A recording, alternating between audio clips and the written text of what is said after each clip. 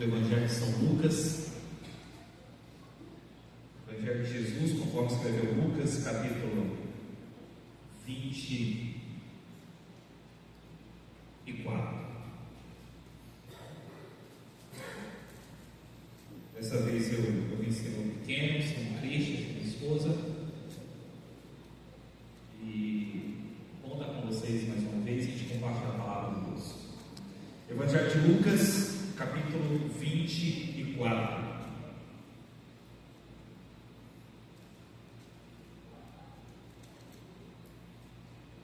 Estamos tendo um encontro hoje pela manhã com os desbravadores, a liderança dos bravadores, com os jovens e também com os aventureiros. Por isso, muitos deles não estão aqui presentes nesse sábado pela manhã. Evangelho de Lucas, capítulo 24. Encontraram já?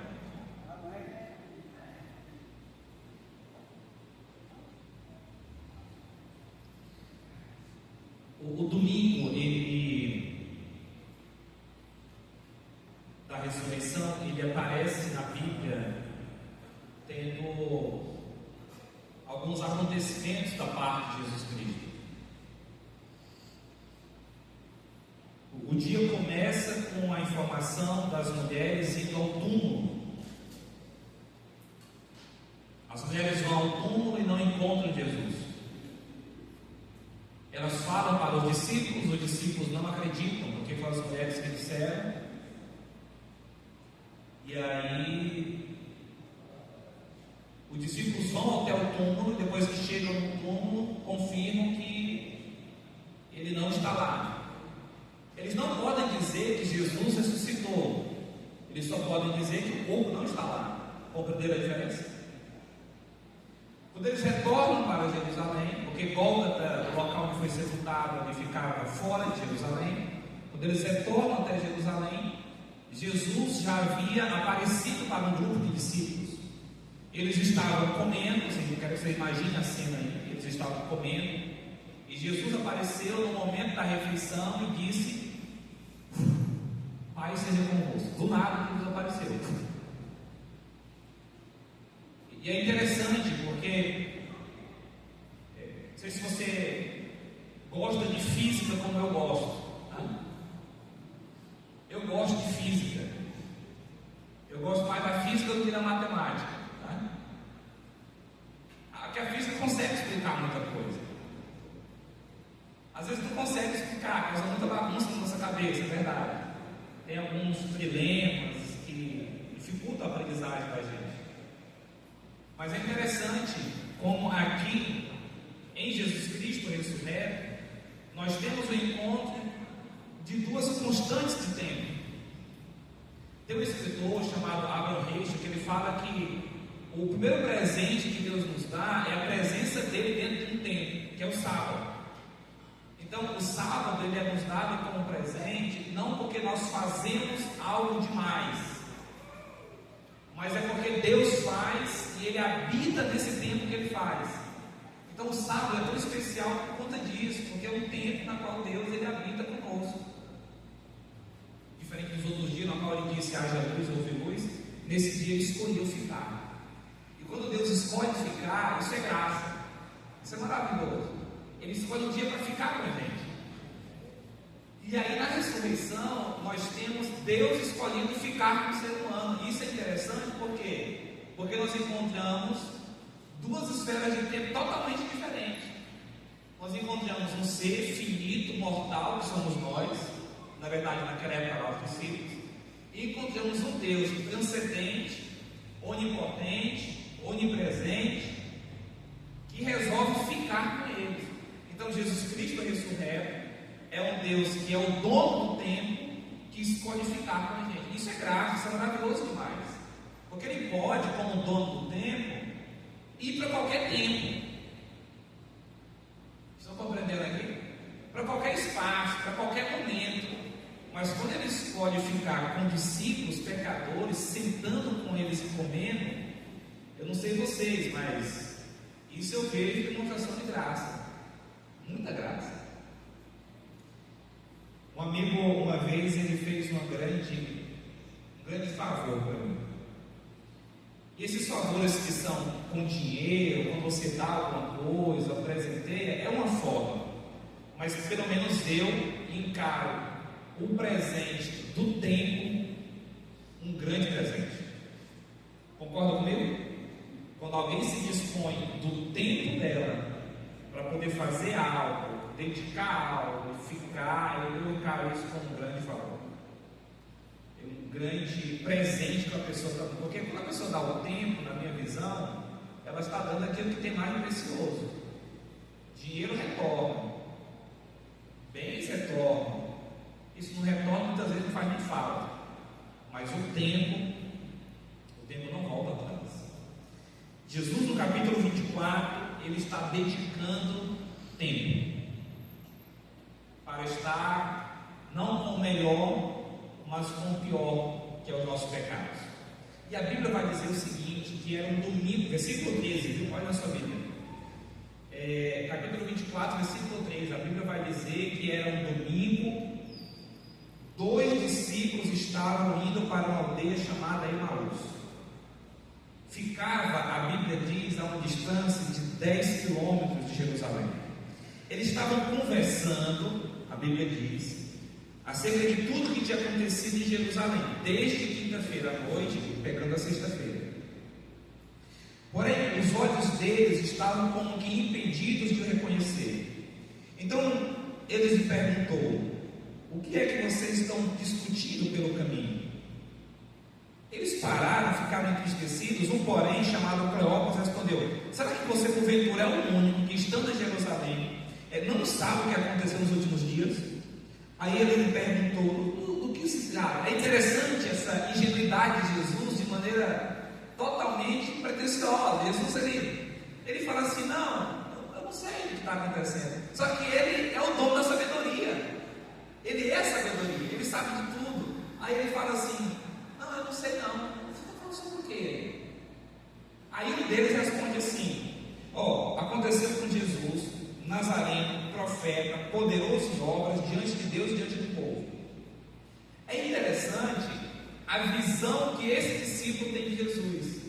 Para ele, Jesus, ele é Nazareno, profeta e poderoso em obras. Ele é tudo menos Deus. Ele é tudo menos o Messias. Aí ele vai e fala o seguinte: olha, era Nazareno, profeta e fazia grandes obras. Só que já é o terceiro dia que ele faleceu e não ressuscitou.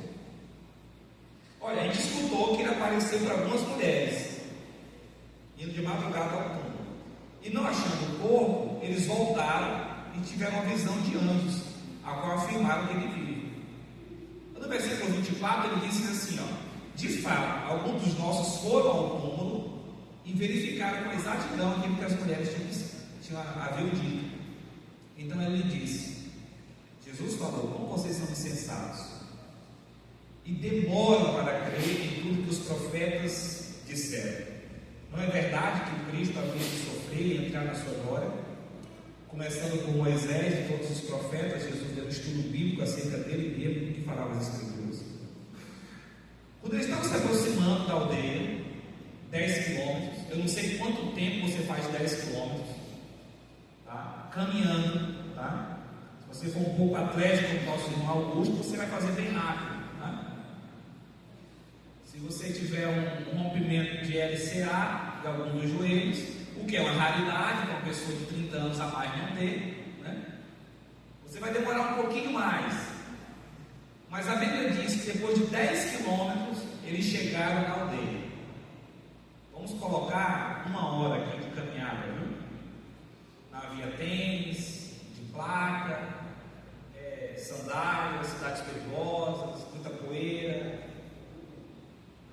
Era 1 hora de caminhada. Eles chegaram na aldeia. Quando eles chegaram na aldeia, versículo 28, se aproximaram da aldeia para onde ele fez menção de passar adiante. Jesus disse assim: olha, eu estou indo para frente, eu vou caminhar mais. Aí um deles convenceu a ficar dizendo: fica conosco, porque é tarde e o dia já está chegando ao fim. E ele deu para ficar com eles. É interessante isso aqui. Eu não sei se você percebe, mas aqui a gente tem uma metáfora do que é o sábado. o dia está findando, está ficando tarde, mas Jesus escolhe ficar com eles. É o que acontece no livro de Gênesis, na qual Deus, no pôr do sol, ele vinha e passava um momento especial com Adão e Eva. Versículo 30. Aconteceu que eles estavam à mesa, Jesus pegou o pão, abençoou o pão, partiu e deu a eles. Então os olhos deles se abriram e eles reconheceram que era Jesus, mas ele desapareceu da presença deles e disseram um ao outro: não é verdade que o nosso coração ardia quando ele nos falava pelo caminho acerca das Escrituras? Nesse mesmo momento, a Bíblia diz que eles se voltaram para Jerusalém e acharam reunidos os 12. E eles disseram para os 12: de fato, Jesus ressuscitou, ele é o Messias, ele nos apareceu. Então os dois contaram o que havia acontecido no caminho. Olha a expressão no caminho de novo aqui. E como tinham reconhecido Jesus no partir do pão. Palavra do Senhor. Essa para mim é uma das passagens mais lindas da Bíblia. Essa história aqui, ela só tem no Evangelho de Lucas, ela não tem mais nenhum Evangelho. Essa história aqui, ela conta Jesus no domingo da ressurreição, indo para uma aldeia. É interessante o nome da aldeia. O nome da aldeia é Emaús. Emaús, ele vem de uma transliteração hebraica que significa incertezas. Então eles estão saindo de Jerusalém.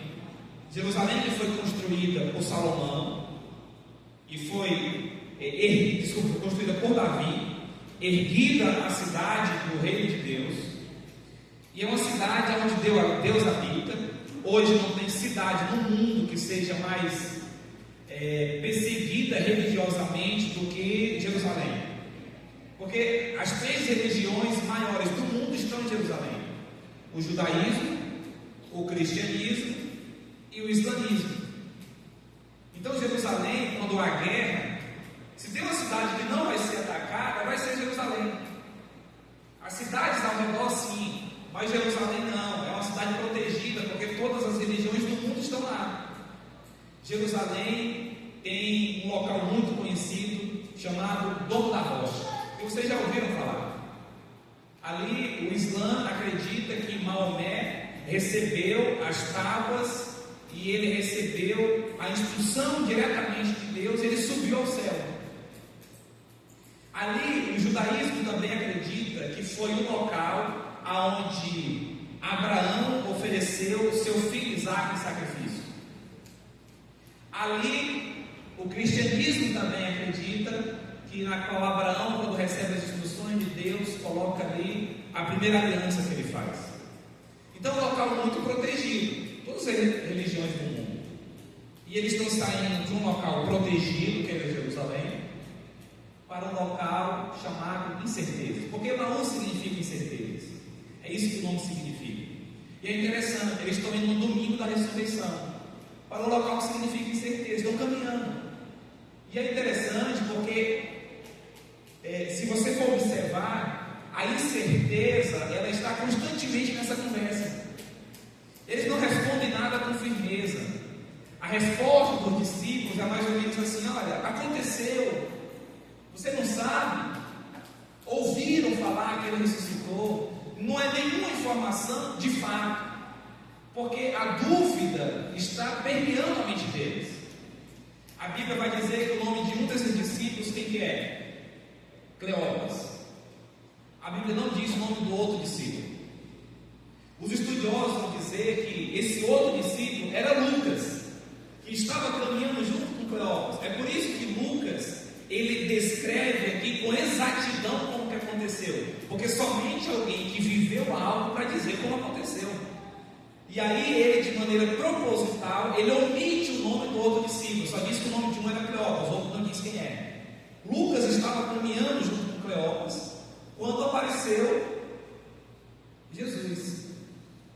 E é interessante isso aqui, né? Porque uma noção de tempo está caminhando, sendo permeado pela sombra da dúvida e a dor da morte. E eu já fiz muitos funerais.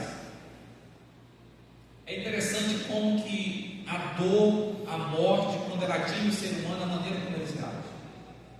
Eles estão caminhando para um local que é cheio de incertezas, cheio de dúvida, com o peso ali da morte de Jesus. E quem se aproxima? Jesus.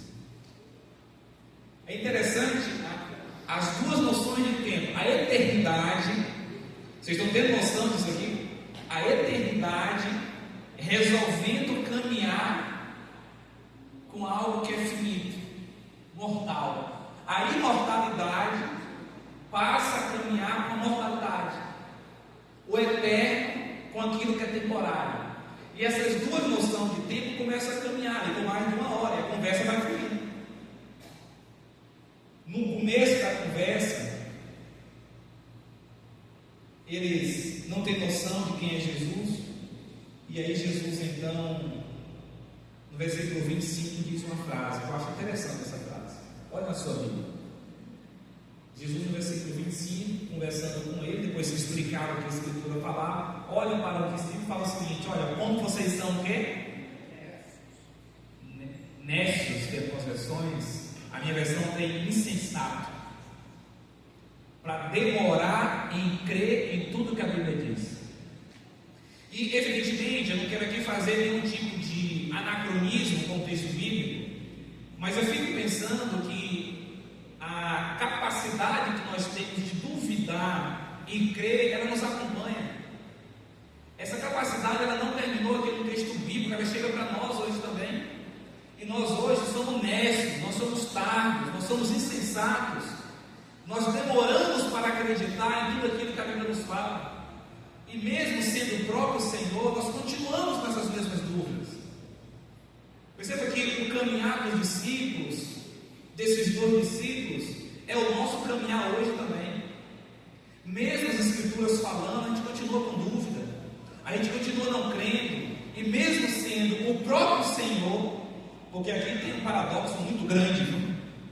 É o Deus que criou a fala, que inspirou as Escrituras, que aprendeu a falar no colo de Maria, está agora ensinando as palavras da Bíblia que foi Ele mesmo que inspirou. Você entendeu aqui? Então Ele está falando a palavra que Ele mesmo criou, inspirou na Bíblia para os discípulos. E qual é a reação dos discípulos? Eles demoram em crer. Hoje nós cremos quando alguém vem cortar a Bíblia e falar. Duvidamos muitas vezes. Eles duvidaram, mesmo sendo a própria palavra estando falando. Chega a ser paradoxal, não sei. A própria palavra de Deus falando para eles e eles duvidando. E eu pergunto, será que hoje essa dúvida também, essa incredulidade também nos acompanha hoje? Somos insensatos. As pessoas falam e a gente duvida. Será que é verdade mesmo? Todo mundo aqui deve ter alguma teoria de conspiração na qual acredita. Essa semana me perguntaram, estava no encontro de jovens, lá onde eu estou trabalhando agora, estou no Ministério do Mato Grosso do Sul. Aí o João chegou para mim e perguntou: pastor, qual é a teoria da conspiração que o senhor acredita? Eu falei assim: eu acredito em várias, mas fale uma. Eu falei assim: eu não vou falar aqui. Eu falei para ele: é porque eu vou deixar vocês curiosos, né? Aí eu peguei e falei uma teoria da conspiração que eu acredito, expliquei para ele. Aí ele falou assim: pastor, eu também acredito nessa. Pastor, pensa igual eu? Eu falei: eu não penso igual você não, você não sabe o que eu penso. Não vai falar o que eu penso igual você, porque você está colocando seus pensamentos na minha cabeça. Eu penso totalmente diferente. E é interessante, quando nós acreditamos em algo, meio que para tirar aquela ideia da cabeça da gente, demora. Aí a gente fica assim, meio que, não acredito nisso. Aí no meio da conversa teve um pecador lá que falou assim: pastor, minha teoria da conspiração que eu acredito é que o homem não foi à lua. Ele falou: o homem não foi à lua. Falou, cada um foi falando uma teoria da conspiração que o povo acredita e enraiza naquilo e tal. E eu fico pensando, essa capacidade que nós temos de crer, ela nos acompanha e vem para a Bíblia também. A gente tem dificuldade de crer na Bíblia. O texto bíblico diz que Jesus estava falando com eles, estava duvidando. Quando eles chegaram no local, a Bíblia diz diz que eles chegaram a um local chamado Emaús. Depois de aproximadamente ali uma hora de caminhada. E quando eles chegam ali naquele local, e a Bíblia vai dizer que já é tarde. Interessante. Eles têm certeza de crer, mas eles também têm certeza da pessoa de Jesus. Quem é Jesus para eles? É Nazareno, é profeta, é poderoso de obras, mas ele não é o nosso Deus. Aqui surge também outro ponto na qual nós também se encaixamos. Quem é Jesus para nós? Uma vez eu encontrei com uma pessoa e ela falou o seguinte: pastor, Jesus para mim é somente um personagem histórico. Interessante isso. Outros falou assim: pastor, Jesus para mim é somente um grande homem que foi um profeta, alguém importante para a religião, mas não é Deus. E como nós achamos que o Deus do passado é mais poderoso do que o Deus de hoje, né? Nós achamos que o Deus do passado é todo poderoso para abrir o mar vermelho, para ressuscitar, fazer uma chácara flutuar, providenciar comida. E a sensação que muitos têm é que o Deus de hoje não é tão poderoso assim. Sabe por quê? Porque é uma má compreensão da pessoa de Jesus. Compreende Jesus de uma maneira totalmente equivocada. Ele é o mesmo Deus. Sabe? Tem um pensador, C.S. Lewis, que fala que a Bíblia, ela não é um compilado de histórias do homem procurando descobrir quem é Deus. Não, não é. A Bíblia é um compilado de histórias de Deus constantemente procurando o ser humano. É totalmente contrário. E Deus, ele entra na história nos procurando por um fator muito simples: a gente não tem como procurar Deus. A própria fé que nós temos, a Bíblia vai dizer que é uma fé que vem de quem? De Deus.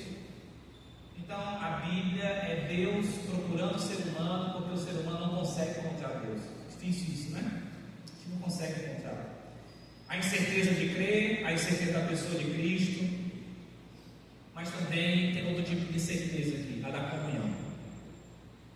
E aqui é o ponto onde eu quero combinar: a certeza, a incerteza da comunhão. A Bíblia diz que eles chegaram no local e Jesus fez menção de passar adiante. Quando Jesus disse assim: olha, eu estou indo, eu vou caminhar mais para frente, a Bíblia disse o quê? Que aqueles dois discípulos disseram: não vai, fica conosco, porque já é tarde. Aqui tem um ponto interessante do texto bíblico. É o ser humano entendendo o que aquelas palavras significam antes mesmo de descobrir quem é a pessoa. Porque eles não descobriram quem era Jesus, mas eles sabiam das palavras. E as palavras, a Bíblia vai dizer que essas palavras, elas estavam ardendo no coração deles. Quando eles descobriram as palavras, eles disseram assim para Jesus: Jesus, fica conosco. Jesus não, né? Para o homem que estava caminhando junto com ele, não sabia que era Jesus. Fica conosco, porque as palavras que o Senhor tem são maravilhosas. Nos fala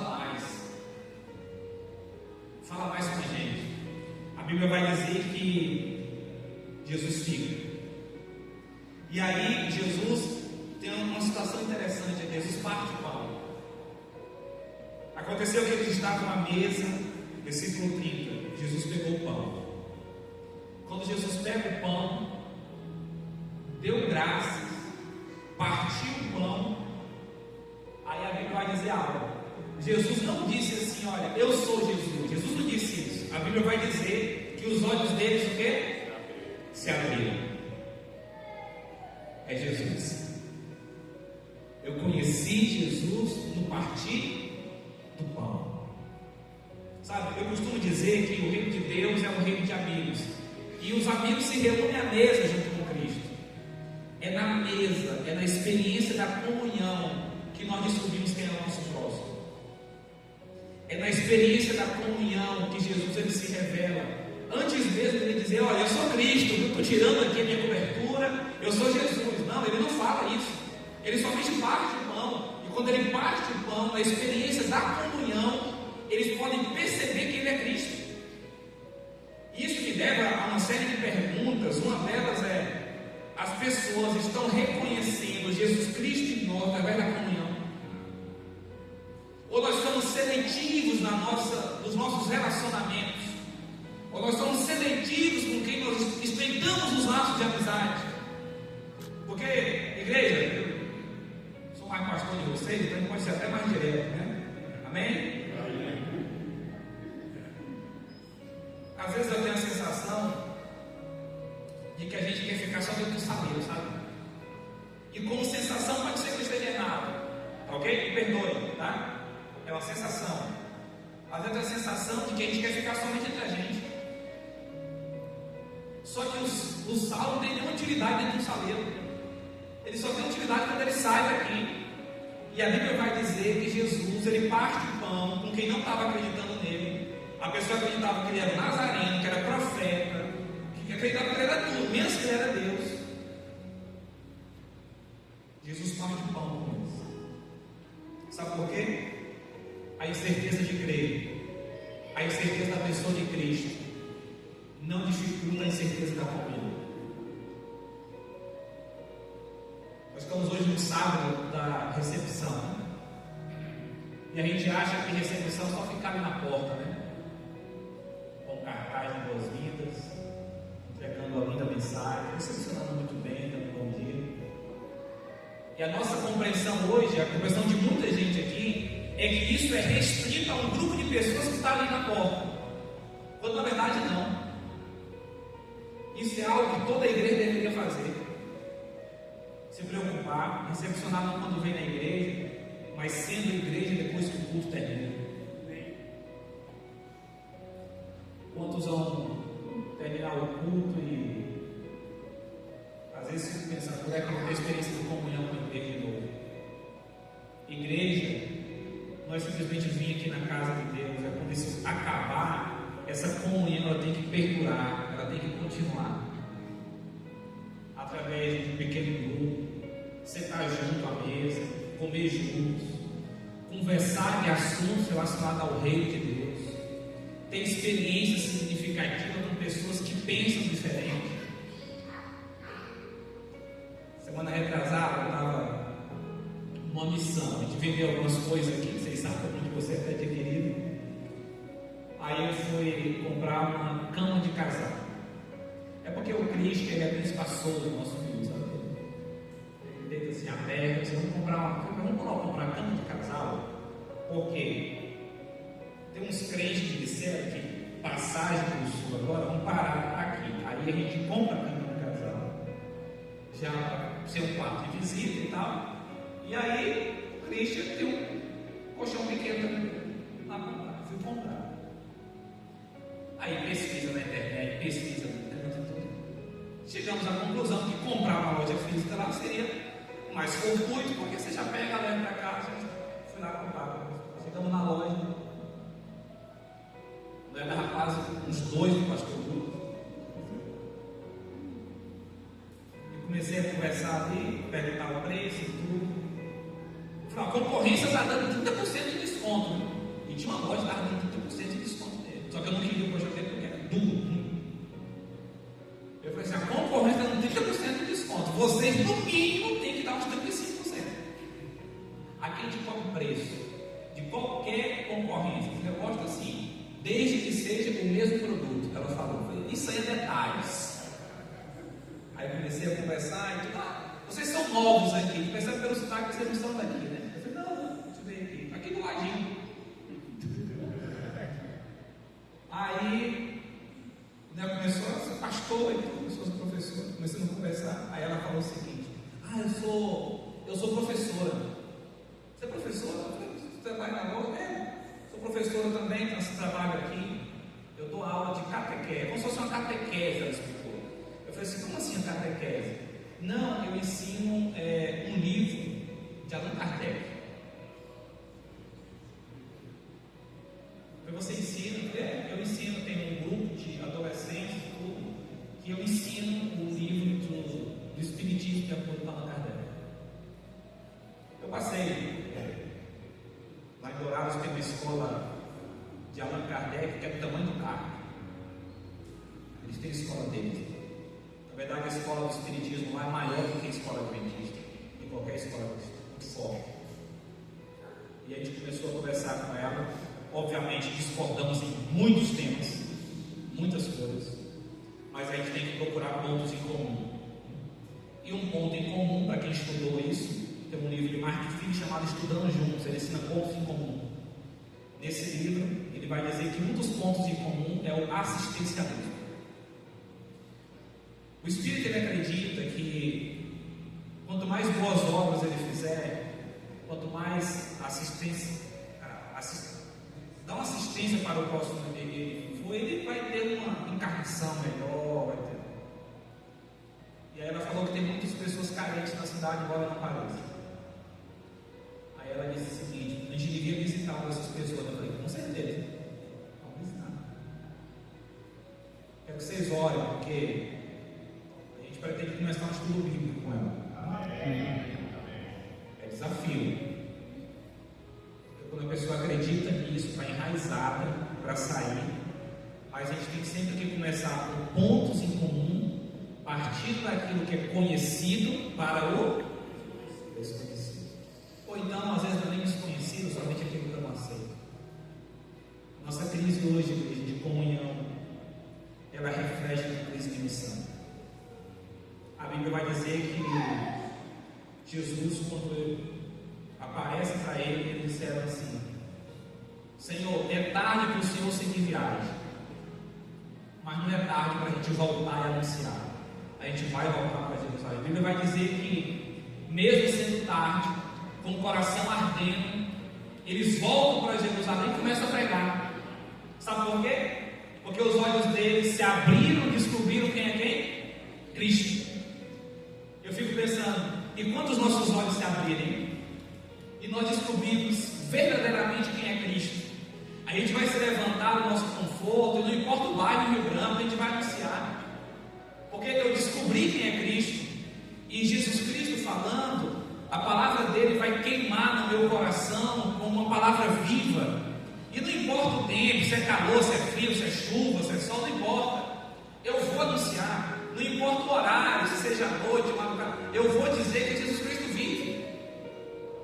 A Bíblia diz que quando eles descobriram quem é Cristo, essa verdade tocou no coração deles, se levantaram e eles voltaram à noite para Jerusalém, com o risco de serem perseguidos, mortos, como acontece na parábola do bom samaritano, um salteador à beira do caminho.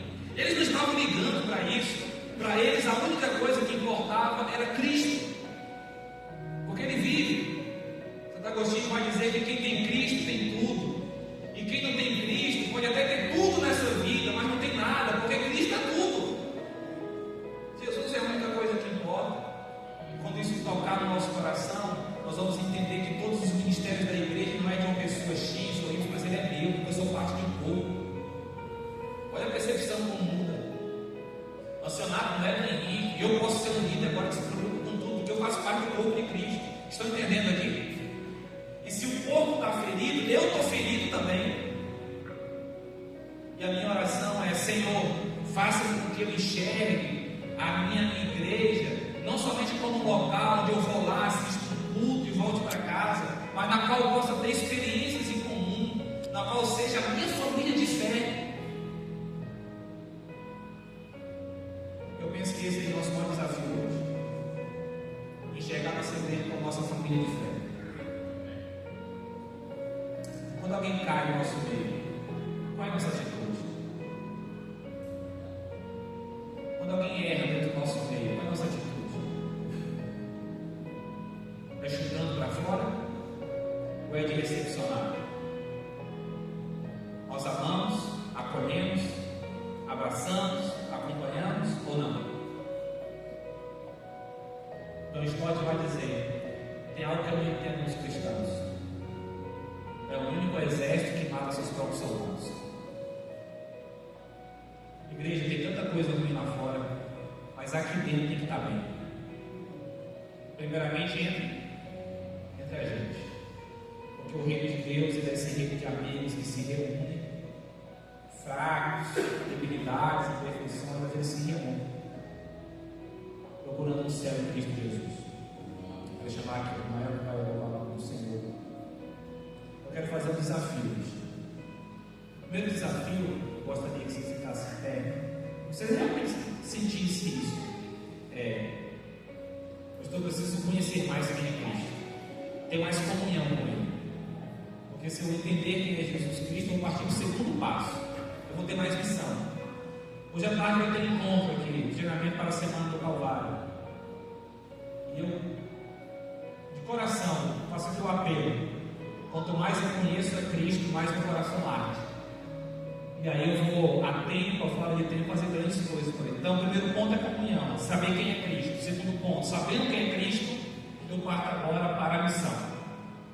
E cada um aqui tem um dom para desenvolver no Senhor. Que esse louvor ele toque no seu coração e sua vida seja iluminada por Cristo Jesus. Amém.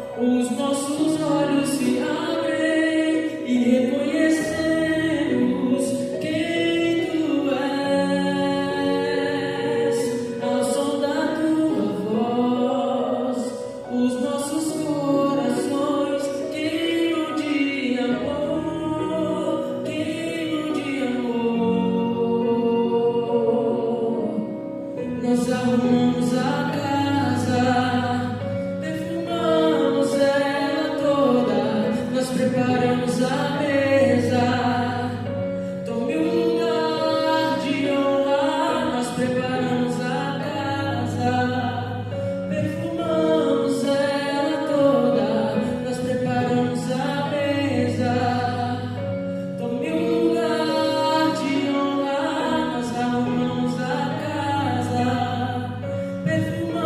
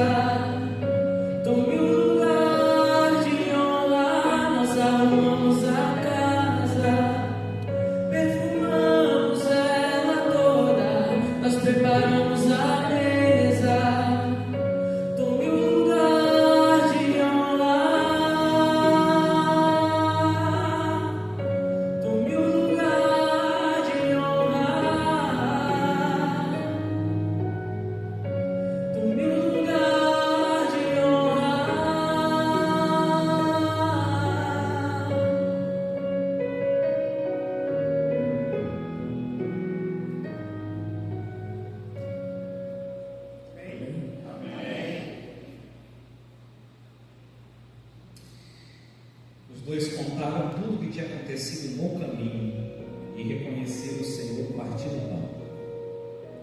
Nós somos reconhecidos como cristãos quando a gente começa a partilhar o pão com quem não merece, porque nós não merecemos, com quem não conhece a Cristo, porque nós não conhecemos. Isso é graça. Isso é Deus habitando conosco. Bom Pai, nós nos despedimos nessa manhã com a certeza da Tua presença. E dos nossos caminhos, das nossas atividades, no partir do pão, nós possamos reconhecer mais o Senhor e também apresentar mais o Senhor para o resto. Isso é recepção, isso é acolher, isso é amar, isso é abraçar, isso é acompanhar o próximo. Quando nós pedimos somos unidos com a Tua presença. Despede-nos em Teus braços, com a certeza de que nós temos que ter cada vez mais comunhão com o Senhor. E essa comunhão vai nos levar a uma missão com o Senhor. Nós oramos. Só abençoe cada família aqui presente. Fortalece com o Teu Santo Espírito. Nós oramos em nome de Cristo Jesus.